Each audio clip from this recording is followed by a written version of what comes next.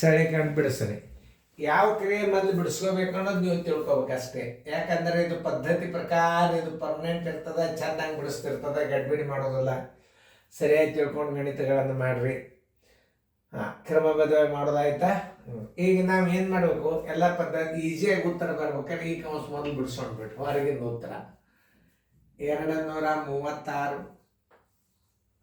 ಬರೋಬರಿ plus ಇರಲಿ ಮತ್ತು ಆಮೇಲೆ ತೊಗೊಂಡು 114 101 ಚೌಕಾಂಶ ಗುಂಡ್ಲೆ 3 4 12 ಬರೋಬರಿ ಎಷ್ಟು ಇದಕ್ಕೆ ಬರೋಬರಿ 236 ಪ್ಲಸ್ 114ರಾಗ 101 ಆದ್ರೆ 13 ಚೌಕಾಂಶ ಗುಂಡ್ಲೆ 4 ನೋಡಿ ಬರೋಬರಿ 206 3 9 ಕೌನ್ಸ್ ಹೋಗಿಬಿಡ್ತದೆ. ಈಗ ಇದ್ರ ಉತ್ತರ ಬಂತಂದ್ರೆ ಕೌನ್ಸ್ ಹೋಗಿಬಿಡ್ತದೆ, ನೆನ್ಪಿಟ್ಕೊಳ್ಳಿ.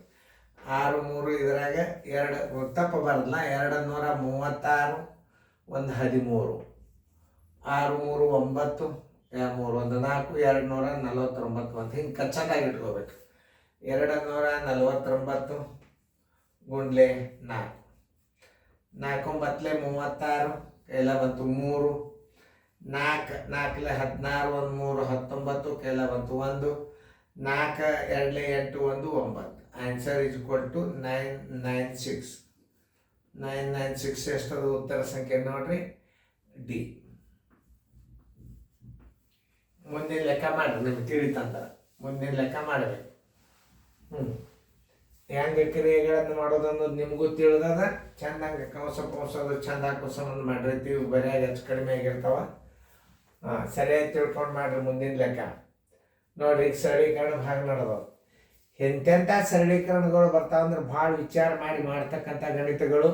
ಇದನ್ನು ಪರ್ಫೆಕ್ಟ್ ಆದ್ರಿಂದ ಮುಂದೆ ಎಲ್ಲ ನಿಮ್ಗೆ ಭಿನ್ನ ರಾಶಿ ಲಸ ಮಸ ಎಲ್ಲ ಈಸಿ ಬಂದುಬಿಡ್ತಾವೆ. ಅದನ್ನು ದಾಟಿ ಬಂದದ್ದು ಮುಂದೆ ಬರ್ತಾವಲ್ಲ ಲಸ, ಅದು ಎಷ್ಟು 6ನೇ ನಂಬರ್ದಾಗ. ಈಗ ಬೆಲೆ ನೋಡಿ, ಪುಷ್ಪಾವರಣ 2 ದೊಡ್ಡ ಕೌನ್ಸ್ 18 -3 ಪುಷ್ಪಾವರಣ ಪ್ಲಸ್ 5. ಈ ಕ್ರಿಯೆಯನ್ನು ಮೊದಲು ಮಾಡ್ಕೊರಿ. 12ರಾಗ 7 ಆದರೆ ಎಷ್ಟು 5. ಇದಕ್ಕೆ ಗುಣಾಕಾರ ಹಾಕ್ರಿ. ಇದಕ್ಕೆ ಚಿಹ್ನೆ ಇಲ್ಲ ಅಂದ್ರೆ ಏನು ಮಾಡಬೇಕು, ಗುಣಾಕಾರ ಹಾಕ್ಬೇಕು. ನೆನ್ಪಿಟ್ಕೊಳ್ರಿ. ಇದನ್ನು ಕ್ರಿಯೆ ಬಿಡಿಸ್ಕೊಂಡ್ರಿ. 12ರಾಗ 7 ಆದರೆ 5 ಆಯ್ತು. ಇದಕ್ಕೆ ಚಿಹ್ನೆ ಇಲ್ಲ ಅಂದ್ರೆ ಗುಣಾಕಾರ ಹಾಕೋಬೇಕು. ಇದು ಭಾಳ ನೆನ್ಪಿಟ್ಕೋಬೇಕು. ಈ ಗಣಿತಗಳನ್ನು ನೀವು ಕಂಟಿನ್ಯೂ ಮಾಡೋದ್ರಿಂದ ಏನಾಗ್ತದೆ, ಪರ್ಫೆಕ್ಟ್ ಆಗಿಬಿಡ್ತೀರಿ ನೀವು.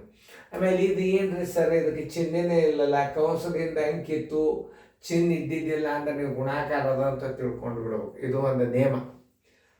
ಆಮೇಲೆ ಒಂದೇ ಒಂದು ಅಂಕಿ ಕೊಟ್ಟಿದ್ದ ಅಂದ್ರೆ ಅದು ಪ್ಲಸ್ ಅದ ಅಂತ ತಿಳ್ಕೊಬೇಕು. ಆಮೇಲೆ ಅದರ ಹಿಂದೆ ಯಾವ ಚಿಹ್ನೆ ಇಲ್ಲ ಪ್ಲಸ್, ಒಂದೇ ಸಿಂಗಲ್ ಅಂಕಿ ಇತ್ತು ಅಂತಂದ್ರೆ ಅದಕ್ಕೆ ಪ್ಲಸ್ ಹಾಕೋರಿ.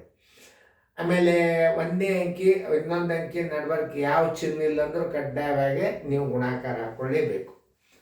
ಈಗ ನಾವು ಈ ಕ್ರಿಯೆಗೆ ಹೋಗೋಣ. ಬರೋಬ್ಬರಿ ಪುಷ್ಪಾವರಣ 2 ಇದ್ರ ಉತ್ತರ ಎಷ್ಟು ಬಂತು, 18ರ 3 ಆದ್ರೆ ಇದಕ್ಕೆ ಗುಂಡ್ಲೆ ಹಾಕ್ರಿ, 15 ಇಟ್ಕೋರಿ.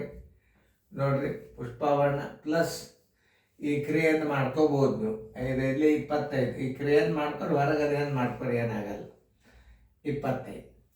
ಆಮೇಲೆ ಈಗ ನೋಡ್ರಿ, ಬರೋಬ್ಬರಿ 15 2 ಏನಾಯ್ತು 30 ಆಯ್ತು. ಇದರ ಚಿಹ್ನೆ ಏನದ ಪ್ಲಸ್ 25 ಅದ. 31 25 ಬರೋಬ್ಬರಿ ಎಷ್ಟಾಯ್ತು 55 ಆಯ್ತು. Answer is equal to 55. 55 ಯಾವುದದ ಆನ್ಸರ್ ಫ್ರೆಂಡ್ ನೋಡ್ರಿ, ಎ.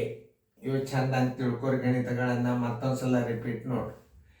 ಈಗ ನಾವು ಹೆಂಗೆ ಮಾಡ್ಬೇಕು ಅನ್ನೋದು ಇನ್ನೊಂದ್ಸಲ ತಿಳಿಸೋದು. ಈಗ ಈ ಕ್ರಿಯೆಯನ್ನು ಮೊದಲು ಬಿಡಿಸ್ಕೋರಿ. 2 ದುಂಡು ಕೌನ್ಸ್ 18 -3 ದುಂಡು ಕೌನ್ಸ್ ಪೂರ್ತಿ ಪುಷ್ಪಾವರಣ ಪ್ಲಸ್ 5. ಇದರ ಉತ್ತರ ಏನು ಬರ್ತದೆ, 5 ಬರ್ತದೆ. ಇದಕ್ಕೆ ಗುಣಾಕಾರ ಹಾಕ್ರಿ. ಇದಕ್ಕೆ ಚಿಹ್ನೆ ಇಲ್ಲ ಅಂದ್ರೆ ಗುಣಾಕಾರ ಹಾಕ್ಬೇಕು. ಆಮೇಲೆ ಪುಷ್ಪಾವರಣ 2 ಗುಂಡ್ಲೆ ಇದನ್ನು ಕಳೆಯಿರಿ, 15 ಆಯ್ತು. ಚಿಹ್ನೆ ಏನೂ ಇಲ್ಲ ಅಂದ್ರೆ ಏನು ಹೇಳಿದ್ದೆ, ನಾ ಗುಣಾಕಾರ ಹಾಕೋರಿ ಅಂತ ಹೇಳಿದ್ದೆ. ಇದಕ್ಕೆ ಚಿಹ್ನೆ ಇಲ್ಲ, 15ರೇ ಬಂತು. 2 15ರ ನಡುಬರ್ ಗುಣಾಕಾರ ಹಾಕೋರಿ ಅಂತ ಹೇಳಿ ಹಾಕೊಂಡ್ರಿ. ಪುಷ್ಪಾವರಣ ಪೂರ್ತಿ ಪ್ಲಸ್ 25 ಬಂತು. ಇವುಗಳ ಗುಣಲಬ್ಧ 30. ಆ 25 ಇಟ್ಬಿಟ್ರೆ 55 ಆಯ್ತು. ಉತ್ತರ ಸಂಖ್ಯೆ ಎ. ಸರಿಯಾಗಿ ತಿಳ್ಕೊಂಡು ಮುಂದಿನ ಗಣಿತಗಳನ್ನು ಮಾಡ್ಕೊ. ಚಂದ ತಿಳಿದಾವಲ್ಲ ನಿಮಗೆ? ಹಾಂ.